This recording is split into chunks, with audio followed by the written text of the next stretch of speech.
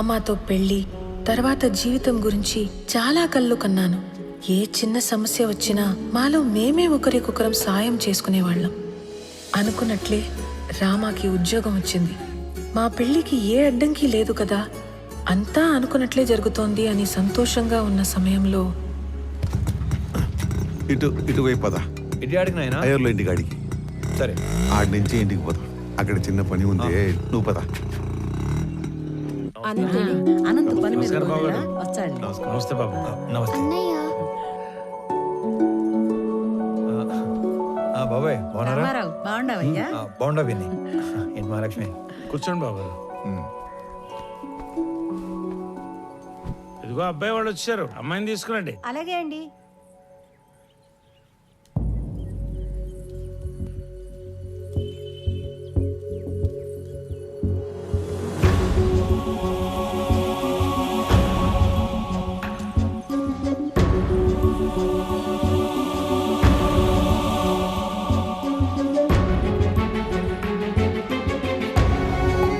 ఒక్కగానొక్క కూతురు, పేరు నందిని.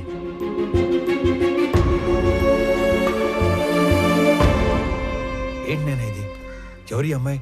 మాలిని గురించి మీకు తెలుసు కదా? తెలిసే వీళ్ళని రమ్మని చెప్పినాను. మాలినికి పెళ్ళైపోయినది. మాలినికి పెళ్ళైపోతే నాయనా? కారణాలు తెలియదు. మాలినికి పెళ్లి జరిగిపోయినాదని తెలిసి నువ్వు ఎట్ట రియాక్ట్ అవుతావు అని మేం బేజారైపోయినాము.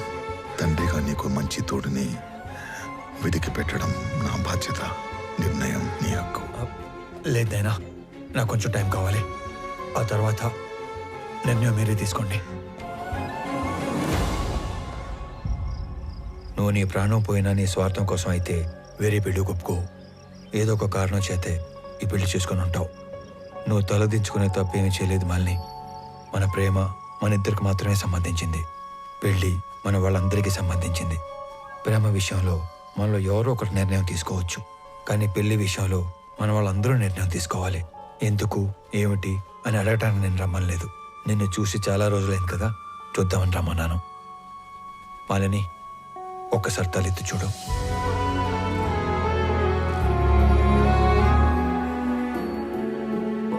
నీకు చెప్పకుండా పెళ్లి చేసుకున్నందుకు నీకు ఏ సమాధానం చెప్పుకోవాలని ఇన్ని రోజులు ఎంత మదన పడ్డానో తెలుసా? ఒక పసిపాపని కిందకి దించినంత తేలిగ్గా నా గుండెల మీద బరువు అంతా దించేశావు. మా నాన్న ఆయన పార్ట్నర్ కొడుకుతో పెళ్లి ఫిక్స్ చేసుకుని వచ్చి ఇంట్లో చెప్పినప్పుడు ఆయన మొహంలో నేను ఎప్పుడు చూడని ఒక ఆనందం చూశాను. ఆ పెళ్ళి ఆపాలంటే నేను చేయాల్సిన ఒకే ఒక పని నీ పేరు చెప్పడం. ఆయన మాట పోవటానికి బాధకి కారణం నువ్వు కాకూడదని నీ పేరు చెప్పలేకపోయాను. అంతే, పెళ్లి జరిగిపోయింది.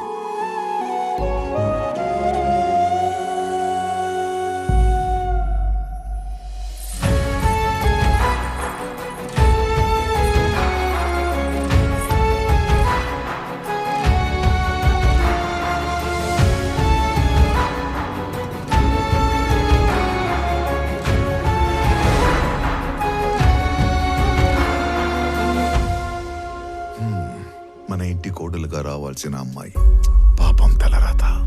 దుడ్డు ఏమన్నా కావాలేమో, సాయం చేయకపోయినావా? ఆ మాట ఎత్తినా చంపేస్తుంది ఆయన. మరి ఆస్తి బదిలీకి అప్లికేషన్ పెట్టిందన్నావు కదా, అదేదో ఇచ్చేయరాదు? ఆస్తి మీద హక్కు వస్తే సమస్య కొంతన్నా తీరుతుంది కదా. చూడటానికి ఏదో ఒక చిన్న అప్లికేషన్, కానీ చట్టానికి అదొక పెద్ద సమస్య. మిస్ అయిన మనుషుల ఆస్తులు 7 సంవత్సరాల వరకు ఏమీ చేయలేం. 7 ఏళ్ళ తర్వాతనే ఎవిడెన్స్ యాక్ట్ 107 అండ్ 108 సెక్షన్స్ ఉపయోగించి ప్రిజంప్షన్ ఆఫ్ డెత్ కింద ఆస్తిని బదిలీ చేయగలం. సరే, నువ్వు చెయ్యగలిగింది చేయరా. 6 నెలల నుంచి ఎప్పుడు చెప్పే సుత్యావారంగా ఈరోజు కూడా చెప్తున్నావు? ఇంకో 15-20 ఊర్లు తిరిగితే క్లూ దొరకచ్చు సార్. నువ్వు ఉత్త కోతలు చెప్పి ఊర్లు తిరుగుతున్నావు కానీ ఇంతవరకు నాకు మాలు గురించి మాత్రం ఒక్కటి కూడా చెప్పలా. నీ వల్ల కాకపోతే చెప్పు, మఫ్టీలో నేనే తిరుగుతా లీవ్ పెట్టి. లేదు సార్, త్వరలోనే పని పూర్తి చేసి మొత్తం సమాచారం ఇస్తా. నన్ను నమ్మండి సార్. సర్లే, తర్వాత చూద్దాం. నువ్వు సరే సార్.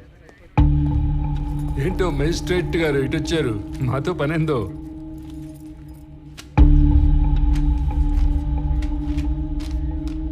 అరే ఇది మిస్సింగ్ కేసు.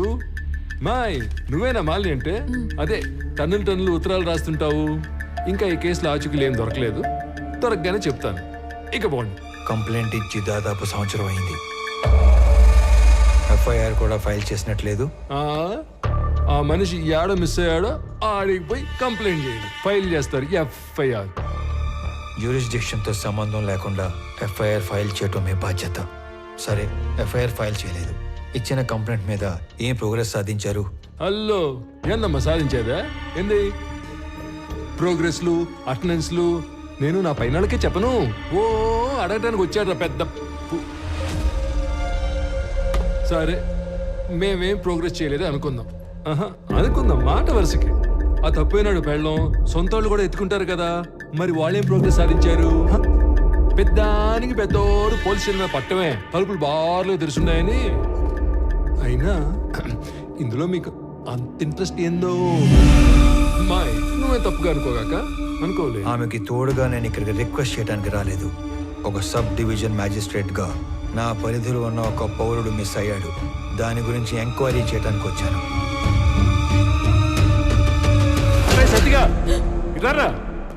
సార్ వాడెవడో సురేంద్ర అంట, ఊరంతా తప్పులు చేసి పారిపోయాడని వేరే ఎవరితోనైనా చీటింగ్ కేసు పెట్టించు. Okay sir. కావాలని కనుమరుగైనట్టు రిపోర్ట్ రాసి వాడి కేసు క్లోజ్ చేయి. ప్రతి ఓడికి జవాబు చెప్పాలంటే దేవుడు రోజుకి 48 గంటలు ఇచ్చినా సరిపోవు. పండి పండి, మేము భోజనాలు పెట్టాం ఇక్కడ. దీని అన్న జీవితం ఎవడెవడో రావటం, అడ్డమైన అడగటం, ఏందో ఇది.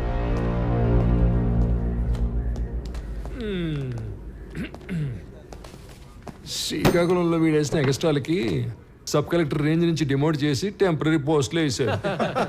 ఏదో పెద్ద హోమ్ మినిస్టర్లా వివరాలు అడుగుతున్నాడు బాబు. అదేదో మనం ఓరకనే కూర్చొని ఆలోచన చెప్పుకుంటున్నట్టు కటింగ్ ఇస్తున్నాడు. ఏంది సార్? మళ్ళీ వచ్చావేంది? ఏదో రాంగ్ కేసు పెట్టి కేసు క్లోజ్ చేద్దాం అనుకుంటున్నావేమో. చీటింగ్ కేసు కాదు ఇది, మిస్సింగ్ కేసు అని నేనే ట్రేస్ చేసి అఫీషియల్ గా నీ చేతే ఇన్వెస్టిగేట్ చేయిస్తా. నువ్వు ఈ స్టేషన్ లో ఛార్జ్ తీసుకున్న తర్వాత 2 లాకప్ డెత్లు జరిగాయి. నిన్ను ఎంక్వైరీ పేరుతో 3 పూట్ల నా ఆఫీస్ చుట్టూ తిప్పి 3 ఏళ్ళు ఇంట్లో కూర్చోబెడతాను.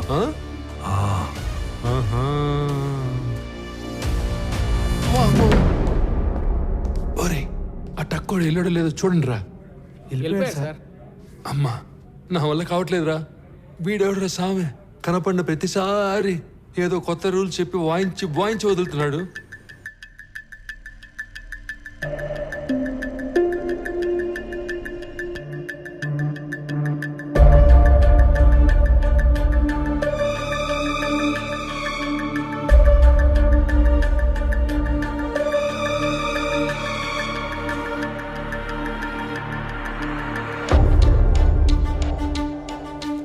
ఇతనే వర్మ.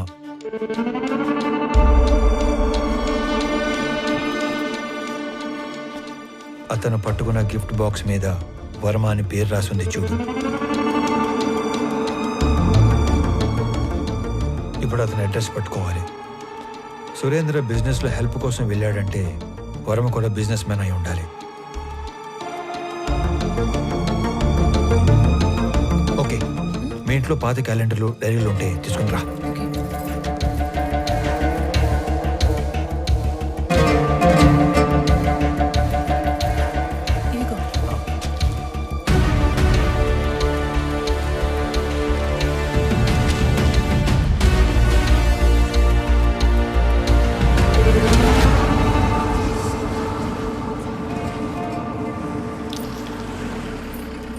పాపా, వర్మగారు ఉన్నారమ్మా?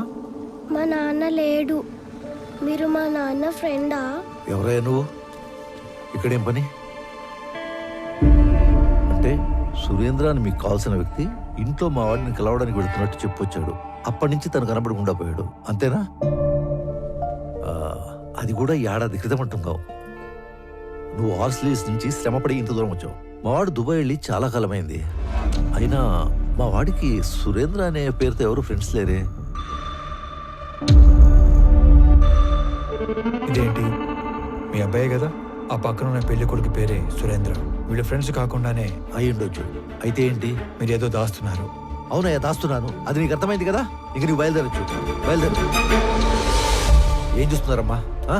పద లోపలికి పద.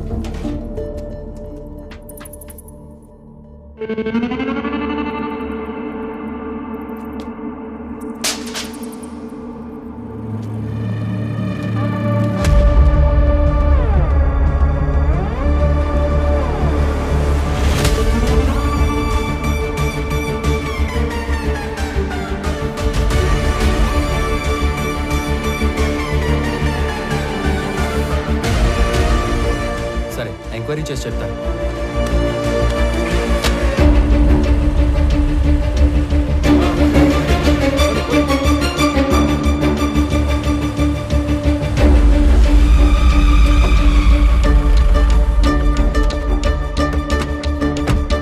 నమస్తే సార్. నమస్తే సార్. మీరు అడిగిన డీటెయిల్స్ ఇందులో ఉన్నాయి సార్. ఓకే, ఒక 2 minutes. ఇటు వచ్చేయండి.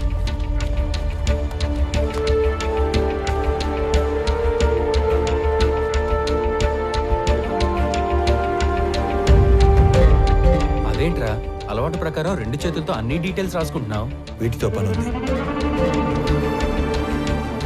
సరిగా రాఘవ, అక్కడ ఉన్న వాళ్ళలో నీకు ఎవరి మీద ఎక్కువ నమ్మకం ఉందో అతని పిలువు. శ్రీధర్. సార్, మీరు ఐడెంటిఫై చేసినట్లే పోయిన సంవత్సరం మేలో 10 నుంచి 11 కంటైనర్ల గ్రానైట్ ఈ రూట్లో వెళ్ళినట్టు మన చెక్ పోస్ట్లో ఎంట్రీస్ ఉన్నాయి సార్. సాధారణంగా గ్రానైట్ పేరుతో మంగళూరుకు వెళ్లే కంటైనర్ల వెనక ఒక చిన్న మర్మం ఉంది సార్.